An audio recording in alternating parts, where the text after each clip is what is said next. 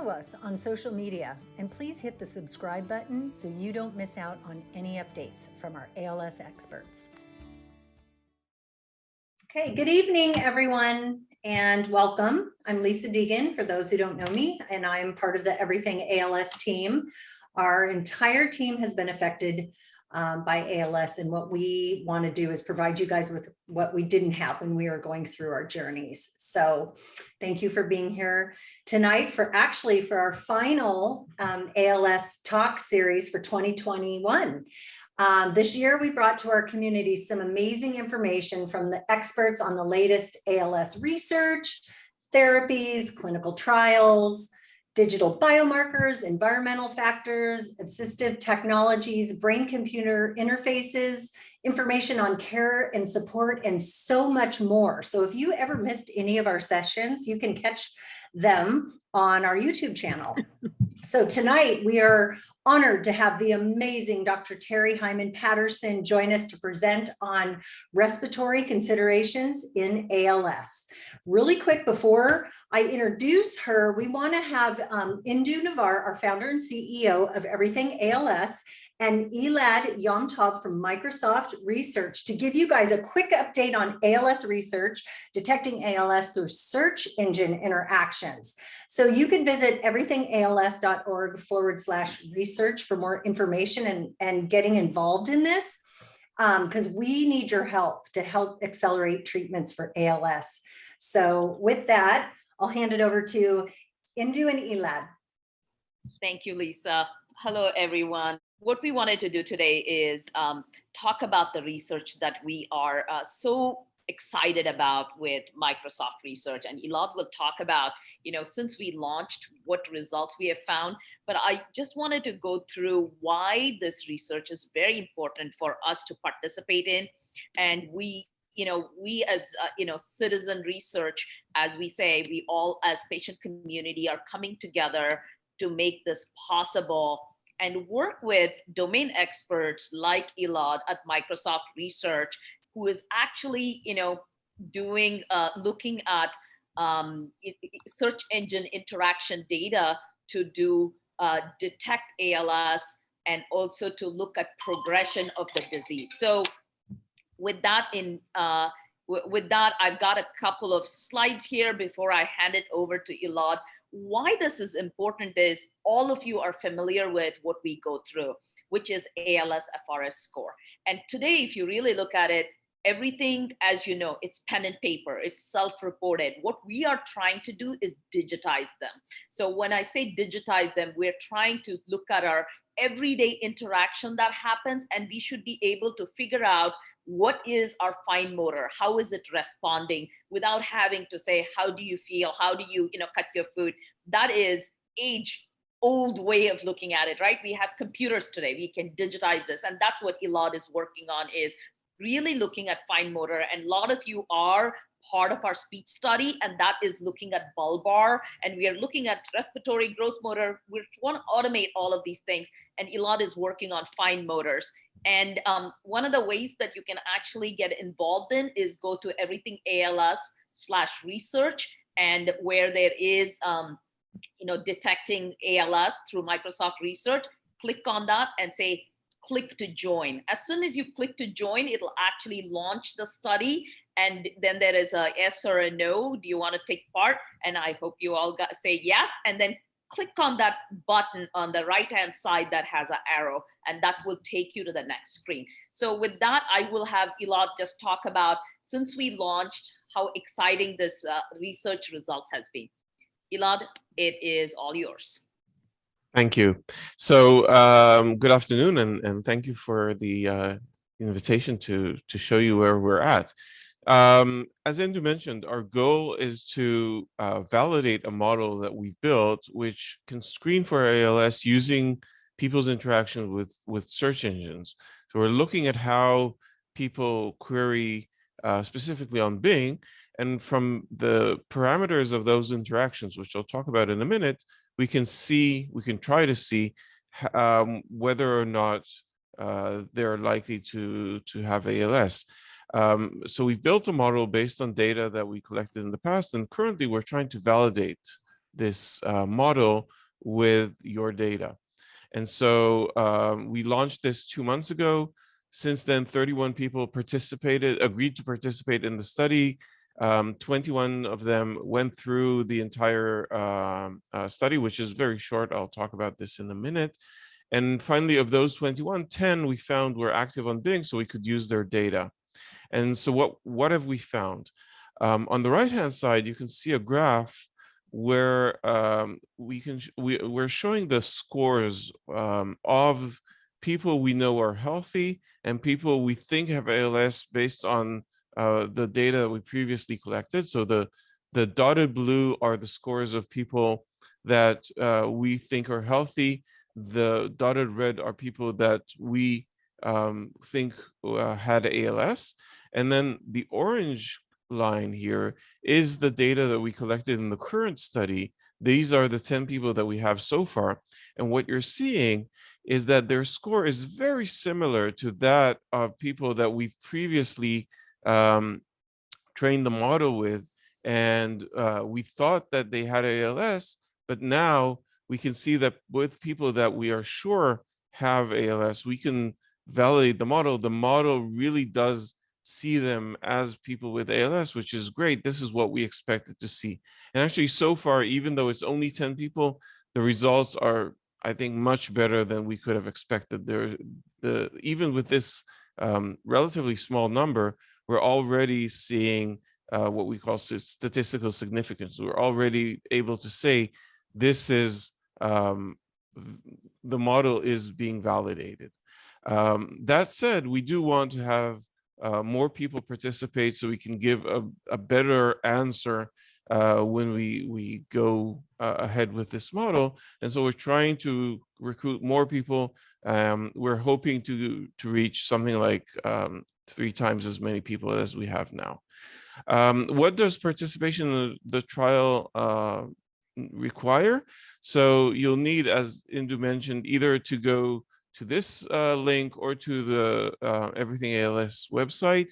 We will ask you around 6 questions. One of them is, do you agree to participate? And then we ask you whether you've been diagnosed with ALS and a few other questions.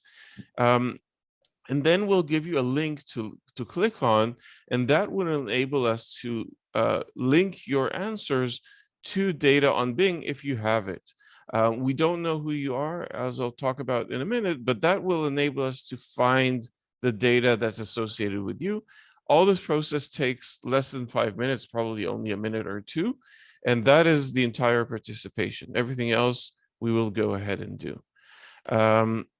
Indy, if you can click one more. As I said, it's important to stress, we won't examine the actual text of your queries. We only look at things like whether the Bing query speller was text speller was used or not, because those are the parameters that we're interested in. And we won't ask you for any identifying attributes. All our participants are anonymous. And so you can be safe that we're not breaching the privacy of you or anybody else who's participating.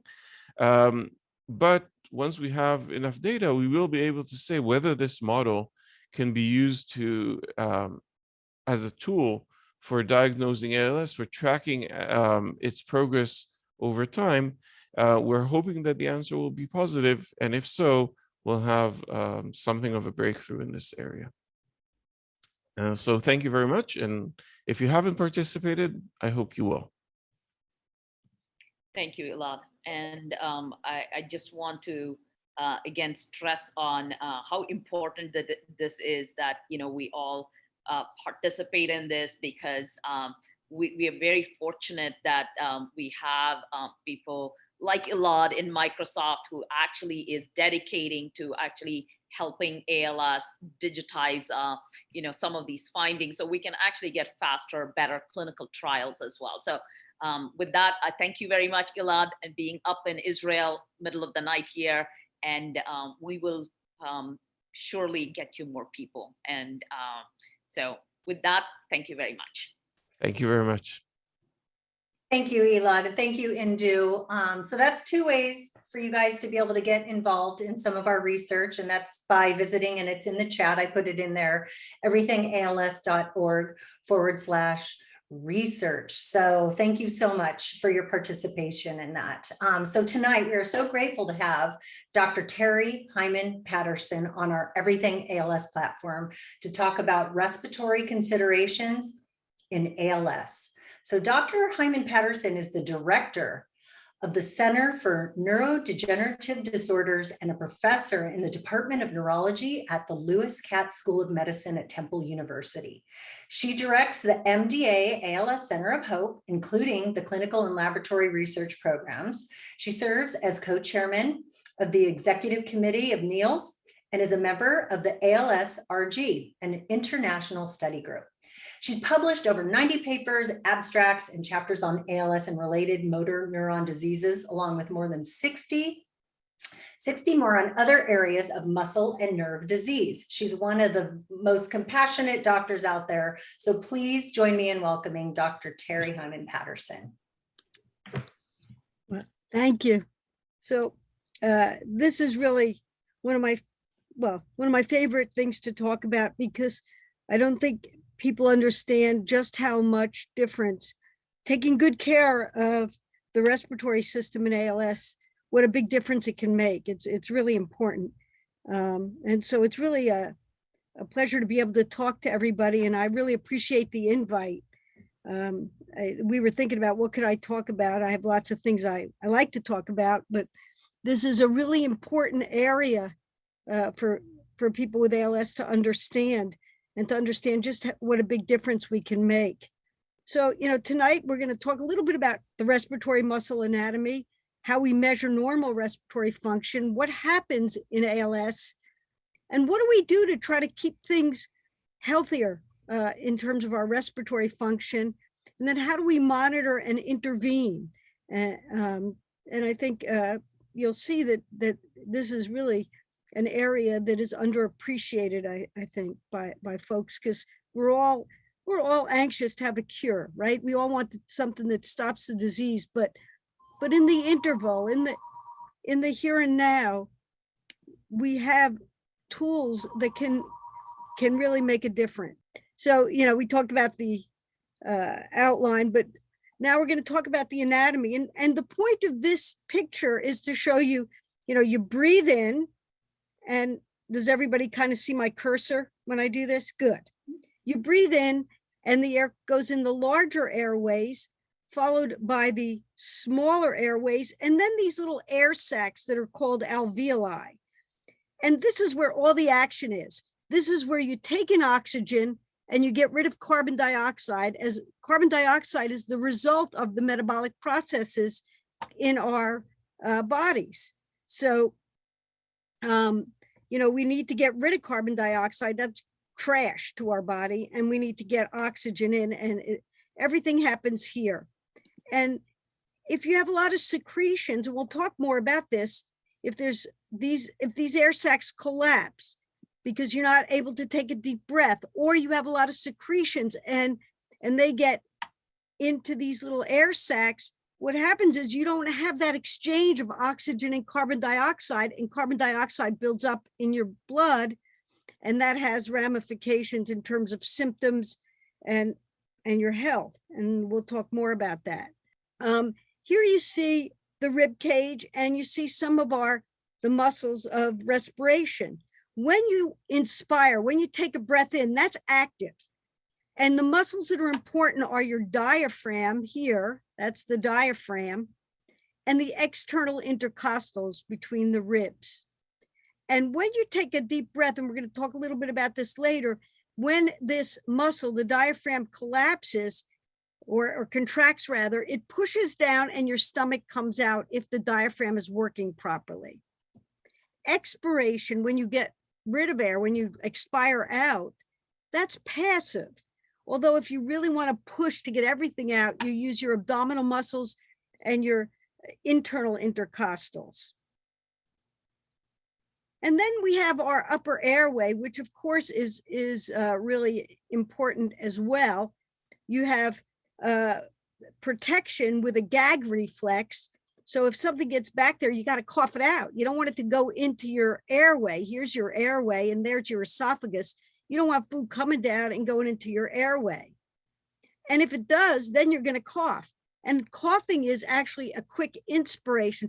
You take some breath in and then you cough out against a closed glottis. There's a glottis right here. It's a flap in your airway that closes, and then you breathe out against it, which builds up a pressure. It opens up and then the schmutz comes out, and that's a normal cough.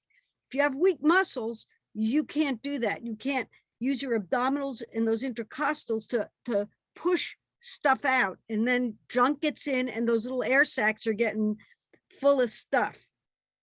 So how do we measure respiratory function?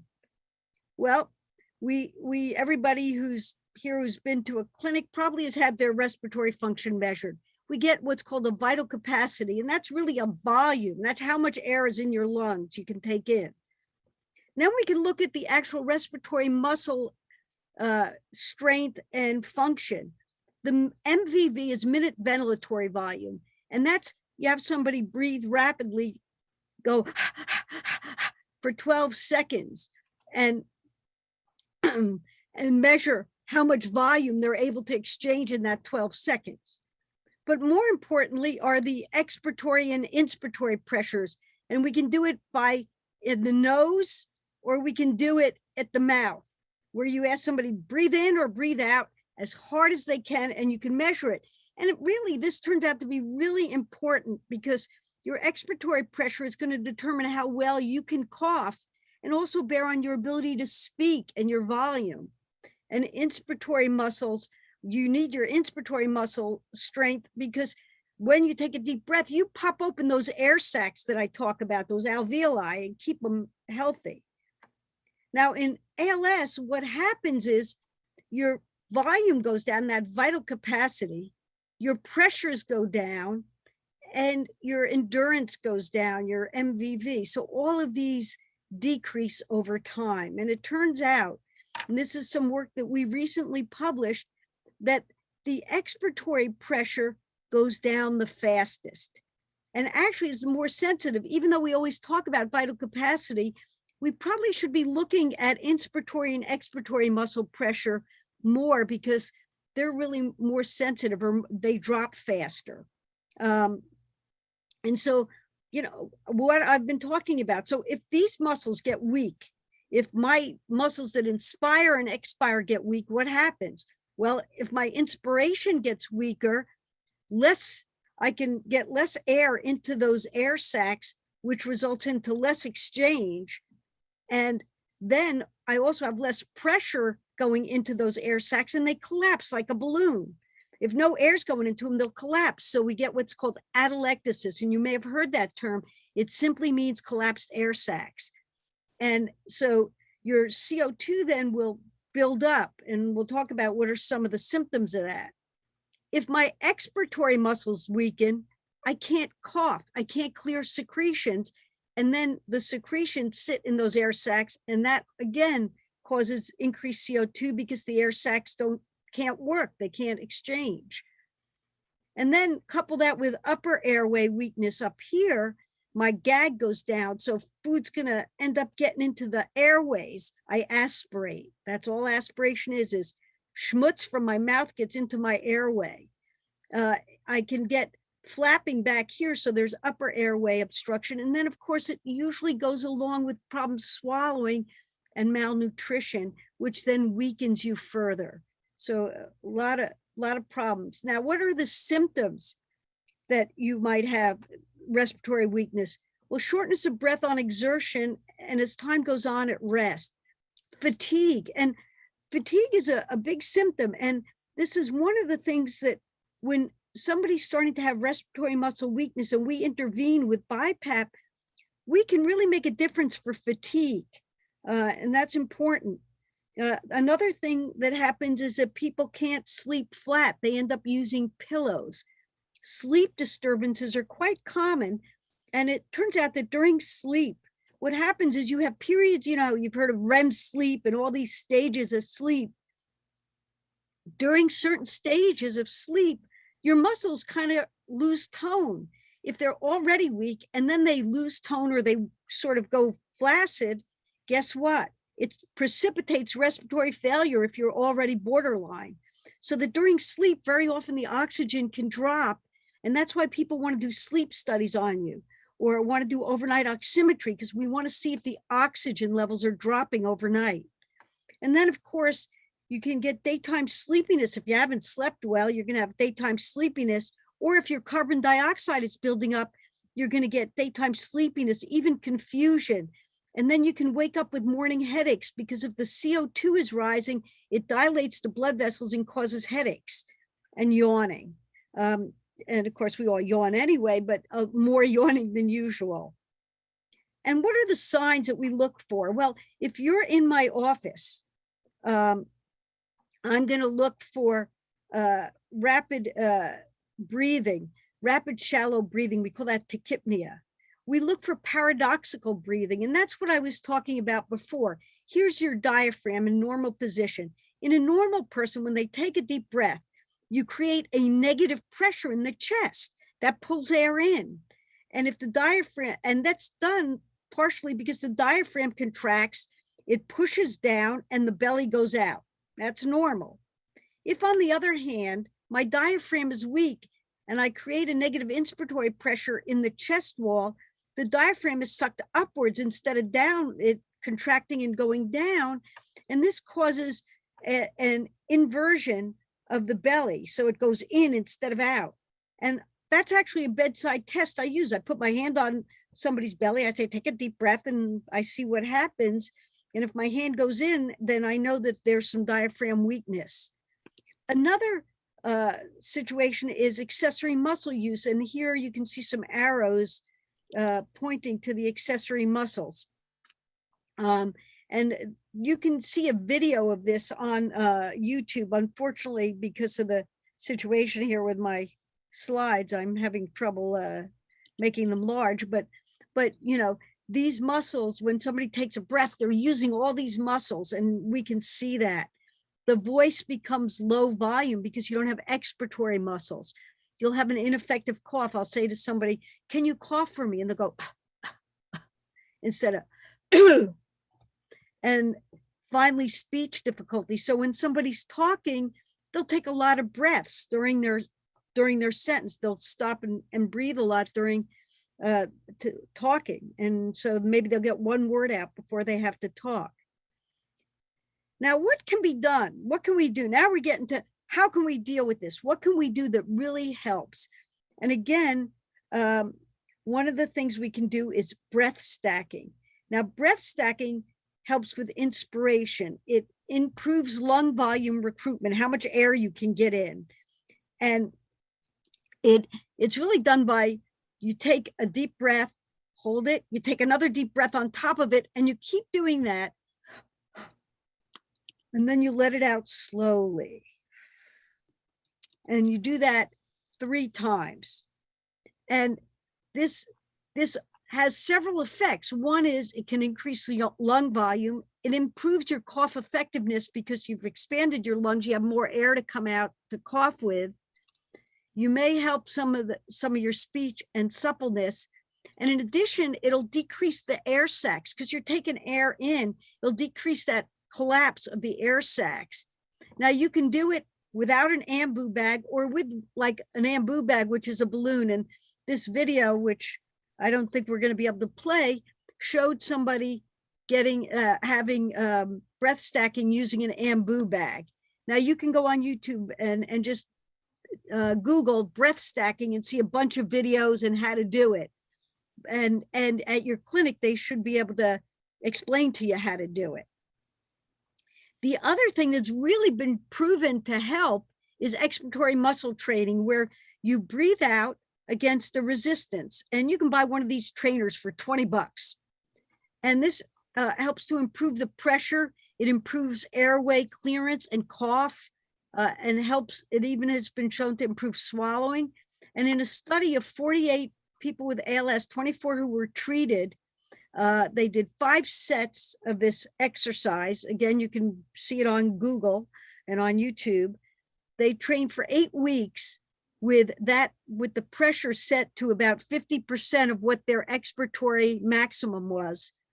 They showed there was a significant increase in their expiratory pressure over that 8 weeks. That was an improvement, and it stabilized their swallow function. Clearly helpful. And we, talked to our pals about it early on. Now, what else do we do? Well, when we want to manage respiratory muscle weakness in clinic, we're going to, follow our respiratory measures, the vital capacity and those pressures. We also have scales that we look at to give us a sense subjectively of what's going on. And I'll show you those in a minute. We do recommend the COVID vaccine. I think that was a question that came up earlier tonight. And we recommend influenza and pneumococcal vaccinations. We don't want you to get sick. A little bit of schmutz in that lung, that an acute infection, even if it's viral, you're over the edge. If you've got respiratory muscle weakness and what alveoli, those air sacs that are working, get schmutzed up, you're going to go over the edge. The CO2 is going to go up, and you can go into respiratory failure. We'll talk a little bit about what we do for aspiration, how we control secretions and ventilation going forward. But first, what are some of the scales that we use for ALS and for respiratory? Well, you all know the ALS FRS. I heard people talking about it before. And there's 3 questions on the ALS FRSR that relate to your respiration, that refer to shortness of breath, whether you need a pillow to sleep or not, and whether you're using invasive or non-invasive ventilation. And so, those are one way we can look at subjectively what's going on. And then we came up with a new score that we just published, the ALS specific respiratory score. And this score is, we basically ask you to imagine if you could move and do all these activities, how short of breath would you get? And we ask you to grade yourself from 0 to 10, with 10 is most short of breath and 0 not at all. And you can see they're increasingly active, right? At rest in a chair to going upstairs. And then we ask about fatigue. It's very much driven by ALS rather than standard scores that are used for dyspnea for COPD, for instance. And then we ask about how often you get some of these symptoms, a headache, falling asleep during the day. Now you know why I ask this, and getting up at night. And this correlated very highly to the vital capacity, to the ALS FRS, both the total and those respiratory domains, and it can be administered by phone, and I'm sure online if we were to start another online study. Now, reducing aspiration risk, we want to elevate the head of the bed. We want to use a wedge pillow. And of course, if you're having trouble swallowing and coughing when you eat, a feeding tube reduces the amount of food in your mouth if you then use it for most of your nutrition. However, it does not stop aspiration risk, because you still have saliva and you still have things in your mouth that you can aspirate, but we do the best we can. Now, secretion control can be a big difficulty for people with ALS, right? You guys, increased secretions, they're uncomfortable, you're drooling, but they're also bad for respiration. They lead to mucus in the airways, and those air sacs then can't work well. The air sacs collapse, you get secondary infections. So we have a lot of strategies directed at decreasing the secretions, thinning them, and then clearing them. And so we use medications, and these are anticholinergic medicines. And I wanted to mention that because while they dry your mouth, right, they also thicken the secretions and make them a little more difficult to cough up. So it's a double-edged sword. And so you got to talk to your clinic doctor about this, because if we're going to give you these anticholinergics, we ask you to make sure you stay hydrated so that the secretions don't get insipated, and or stuck down there. We may even ask you to do nebs to keep them moist so you can cough them up easily. Now, if the medications don't work, then we do Botox, and this just shows you where we might inject the Botox. And the problem with Botox is at first you'll get more secretions and then less. The other problem with Botox is that it can leak out and affect the muscles of swallowing. So we have to be very careful. Rarely it can make your swallowing worse, and that does not reverse. Botox only lasts a few months when we give it. And so it has to be repeated. And then if all else fails, you can actually irradiate the parotid glands and the secretion glands on one side of the mouth, and that can decrease significantly. It's sort of, people are afraid to do it, but it really works very well, and it's been published several times in several series. And so it is an option if people are willing. As I said, we want to keep those secretions thin so you can get them up. So that means staying hydrated, using guaifenesin, which thins secretion, and nebulizers. And so nebulizers with saline or bicarb, Duoneb, these can all, Mucomist, these, which is acetylcysteine, these can all thin those secretions. And if they're thin, we can clear them. And so, you know, I always say it's the trifecta. I give a neb, that thins them. And then I need to mobilize them and cough them up. So after the nebulizer, I then use a percussion modality, either stand, you know, this is the old style. You cup your hand and you do it. You hit the back and you put people in different positions to mobilize those secretions to the large airway. That's the least effective. Alternatively, you can use a hand percussor. And then the really good way to do it is a vest. And that's the percussion vest, which literally feels like you're being pounded on and gets those secretions from those smaller airways to the larger airways, where then you can use a cougholator, which mimics your cough, especially if you have weak muscles. It mimics your cough and pulls it up to where you can suction. And then if you're really having trouble, some people use tracheostomy or tracheotomy to help with airway secretions. But this really makes a big difference. And you should really start to think about intervening when the peak cough flows are about 270 liters per minute, which is part of that pulmonary function test that we do. So when we do that test, we're looking at that too. And so that's when we would intervene. The next step is non-invasive positive pressure ventilation, really important. This BiPAP, as it used to be called, and it's named BiPAP because the first machines used were bi-level positive pressure ventilators. Now we really use the term non-invasive positive pressure ventilator. And the bi stands for bi-level. So there was a high pressure for pushing air in and a lower pressure that people breathe out against. That lower pressure causes a back pressure and keeps the air sacs open. So you push air in, and then as you breathe out, you want to keep those air sacs from collapsing. That little back pressure does that. Properly used non-invasive ventilation or BiPAP reverses the fatigue and of course keeps the oxygen levels up. The positive pressure in splints open your vocal cords and upper airway, and that makes it easier to get air in and out. It can improve the lung compliance and expand those air sacs that are collapsing if you're not taking deep breaths because your muscles are weak. And used overnight, it prevents the oxygen levels from dropping when those muscles go a little bit flaccid or weak. We have a standard of care where we start it when that volume, that vital capacity drops to 50%, or your inspiratory pressures drop below 60. So when you suck in, you're below 60 centimeters of water, or if the CO2 is going up, or if the oxygen levels drop during a sleep study.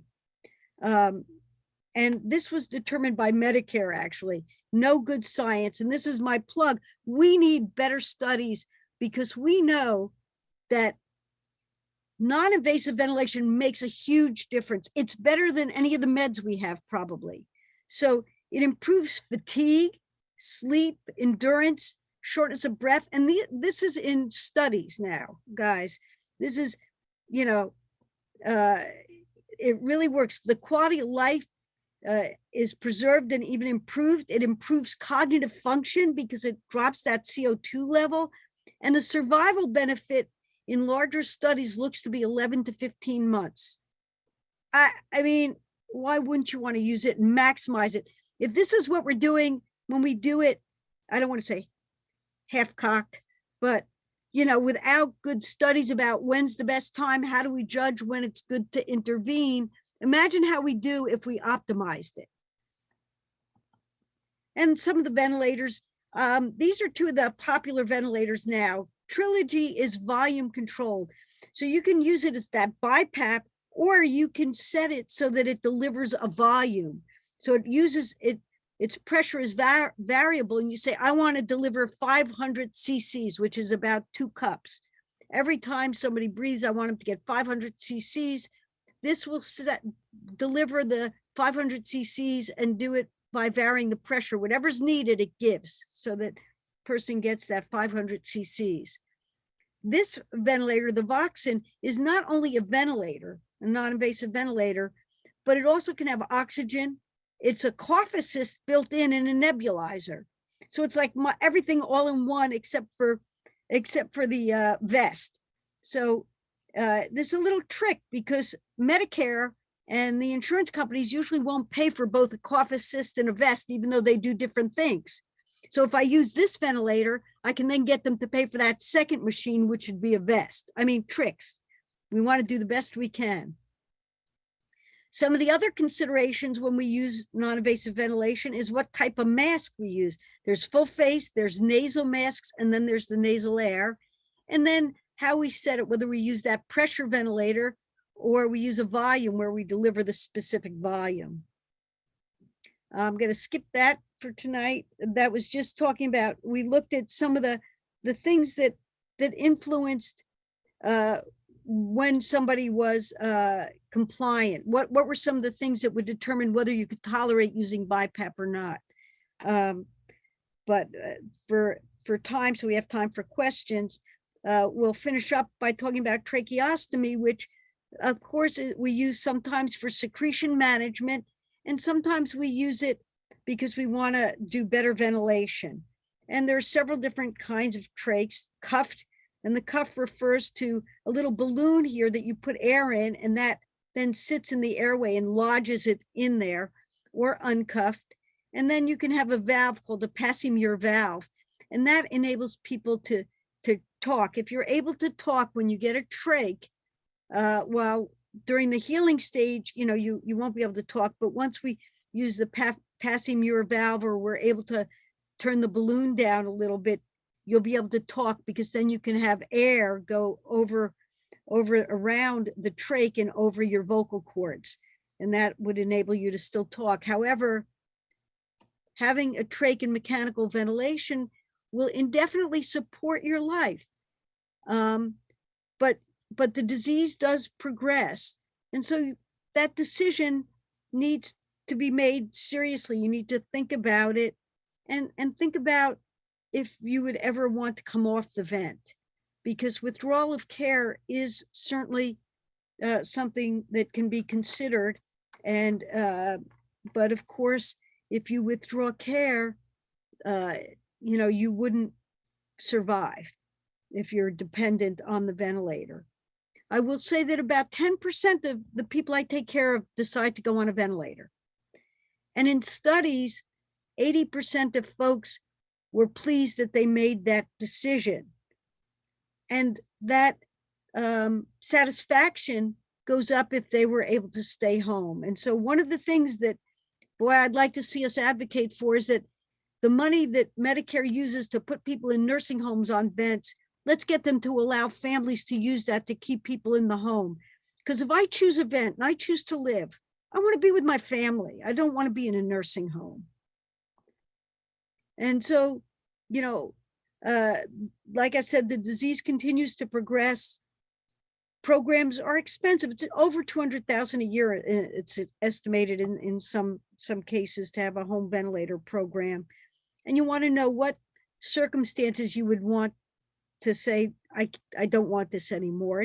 And think about that and establish that ahead of time with your care, your care physician, and with my own pals, I talk about it, and we talk about, okay, what would that look like if you decide to come off the vent? And we share that, and we make sure that people are comfortable, and it's a well thought out decision. We have a protocol. There's some counseling done first to make sure there's nothing I can do that would change somebody's mind about that there isn't something easy to fix. But I think it's important, and you need to know your options.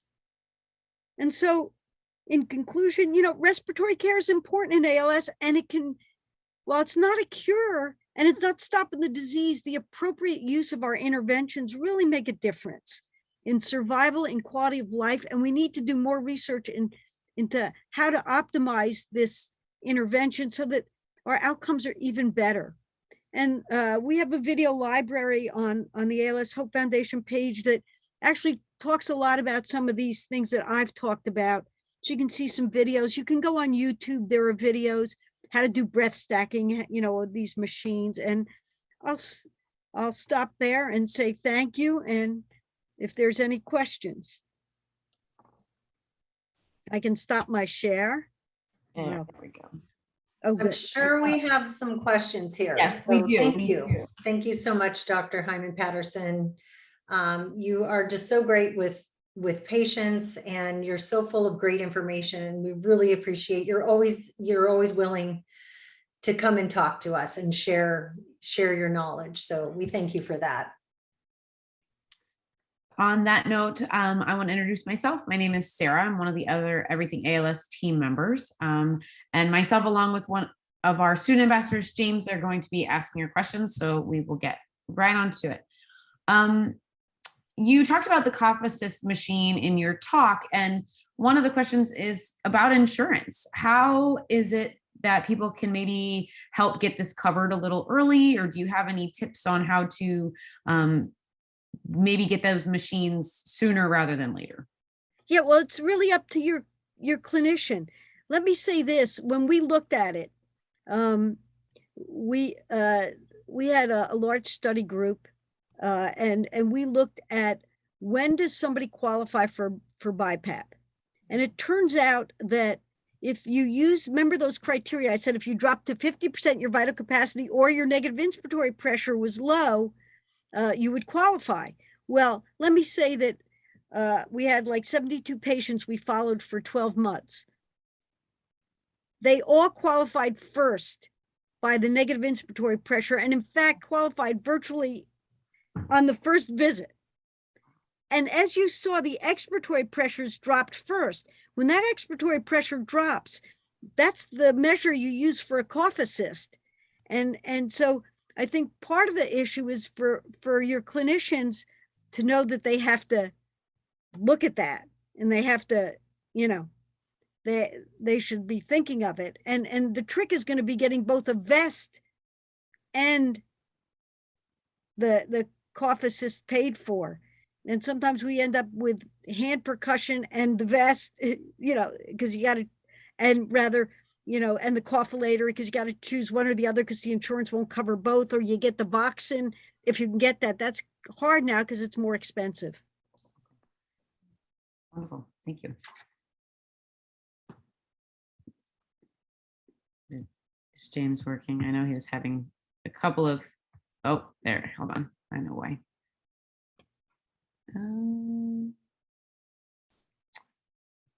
He popped off for a second because of his internet, but let me ask you another question and I'll fix that.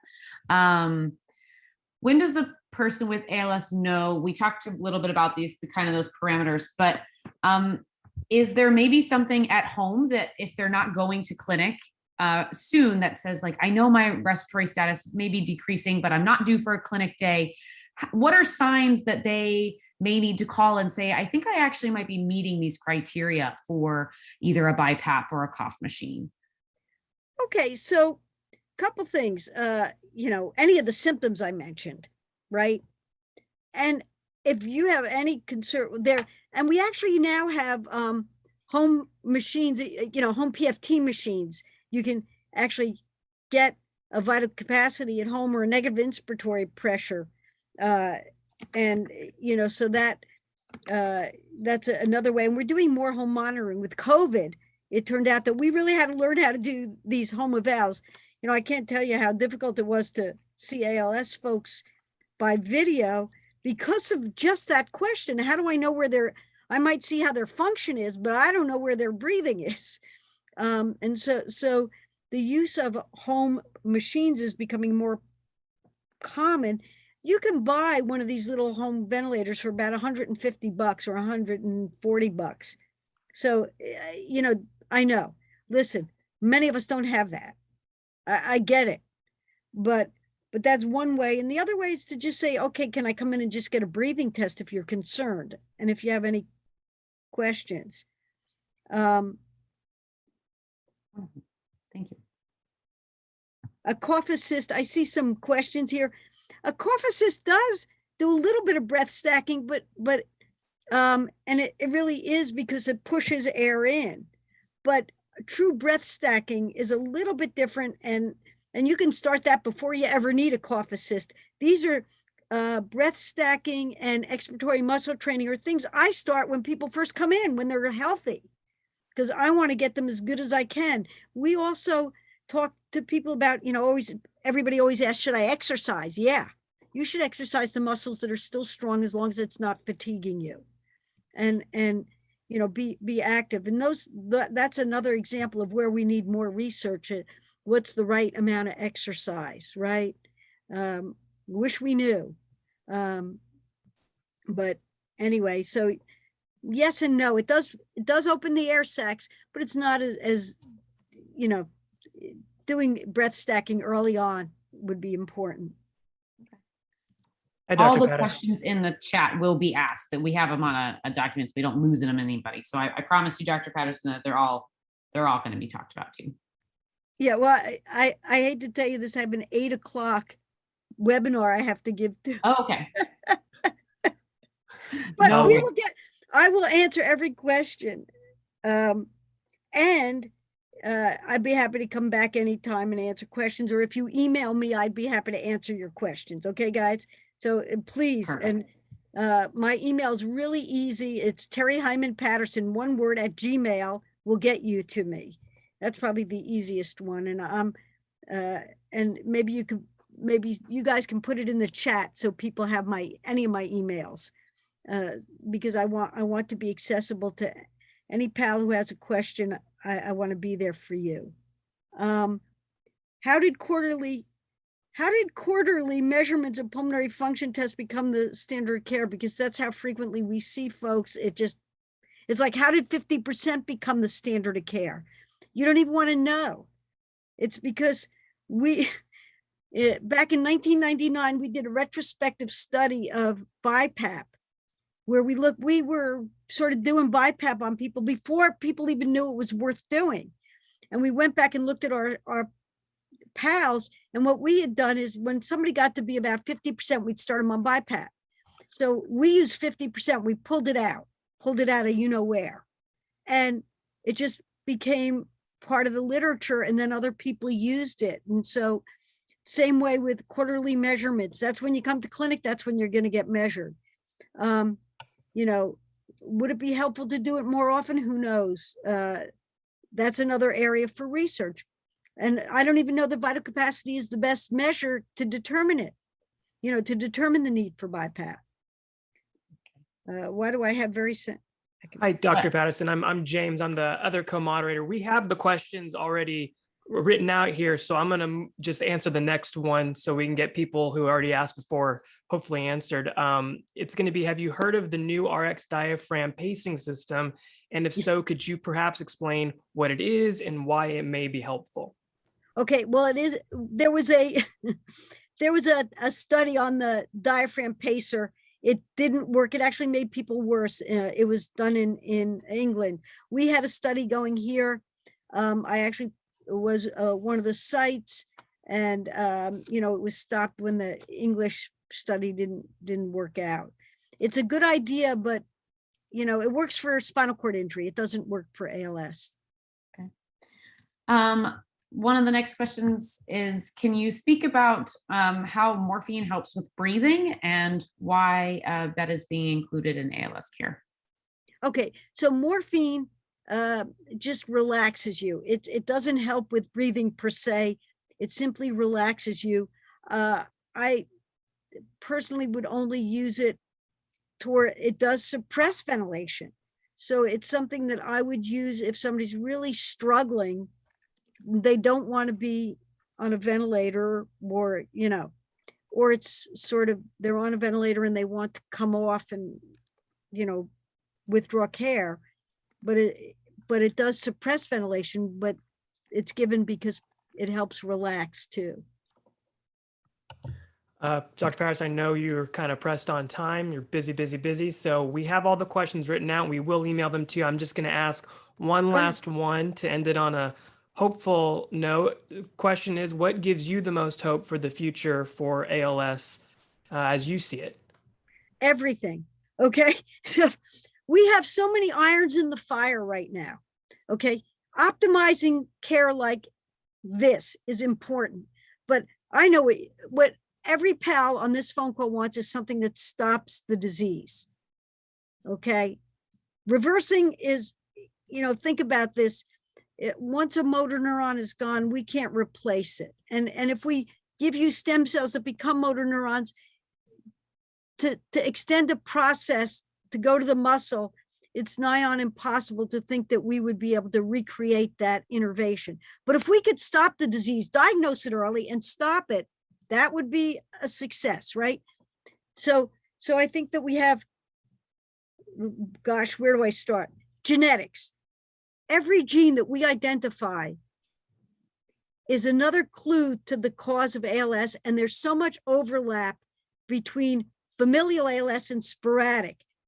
I want you to understand that we have over 40 genes that we've identified that have been associated with familial ALS. We find those genes in 15% of sporadic ALS. Okay, that means when we get treatments for genetic diseases, those will spill over to sporadic. And not only that, something like C9 that everybody's heard of, we're already designing strategies to treat it, and 4 to 7% of sporadic ALS folks carry that gene. That's number one. Number two is that the mechanisms implicated spill over to sporadic. And we are learning motor neuron biology, gene by gene, literally. And it helps us to understand sporadic ALS as well as familial ALS. So that's one. Two, the other really exciting thing is, so now we have lots of targets. The second thing is biomarkers and stratification, starting to understand that this is we know it's a heterogeneous disease, right? 40 different genes, that's 40 different diseases, right? If you think about it. But knowing this is heterogeneous and being able to start to stratify people into different responder groups or different mechanisms and direct treatment at a particular personalized treatment, that is on its way. And it includes biomarker studies, as you know, and I know you've probably heard about biomarkers. And if you haven't, Lisa, you should have Bob Bowser come and talk about biomarkers if he hasn't already. Yeah. He has. He's been and so on. That's exciting. And then the changes in how we do trials, and I know you've heard about the platform trial, so we can get through promising drugs faster. And the drugs are promising. They're aimed at neuroinflammation, at sigma-1, at all these mechanisms that are being identified. And the post hoc analysis in all of these trials now is looking at, okay, who really responded? If I define what a response is, which of these people who got the drug responded, and can I find biomarkers for that response? And just Friday, you know, Brainstorm published their post hoc analysis on who responded. And and they showed that there were changes in the biomarkers of, disease and neurodegeneration, and that there were certain folks who actually responded, and that one of the problems was there may have been a floor effect, that people who were too sick were enrolled into the study, so they couldn't detect a response. So all of these, and everybody's doing it, and it's being done in parallel, so that all of these will coalesce to coming up with treatments, more treatments that will make a difference. And of course, AMLEX we hope will come to fruition too. I don't know if that answered it, but it's just a very exciting time. I've spent 40 years doing this, guy, and more than ever, it is, exciting. Well, we won't keep you up any longer. We know you have a place to go to, but we want to thank you again for your time. This was wonderful. Lots of information that I know is very helpful and can definitely move us forward. So we will hope to see you again in the next year, and have a happy, wonderful holiday. And we'll talk to you soon. I'll send you all those questions. And thank you so much for the invite. And I hope everybody got something out of it. Thank you. Thank you. Thank you so much.